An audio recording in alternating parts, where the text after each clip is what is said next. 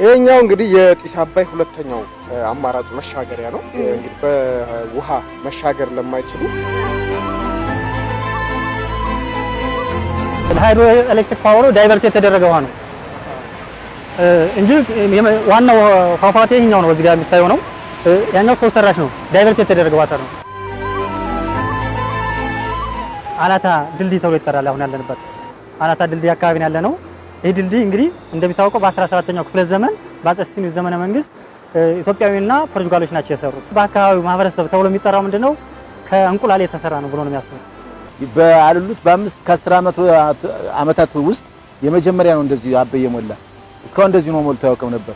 አንዳንድ ጊዜ በታንኳ ውሃ ሲሞላ በታንኳ ሲሻገሩ አንዳንዶችን ይወስዳቸዋል አበይ፣ አንዳንዶችም ይሻገራሉ።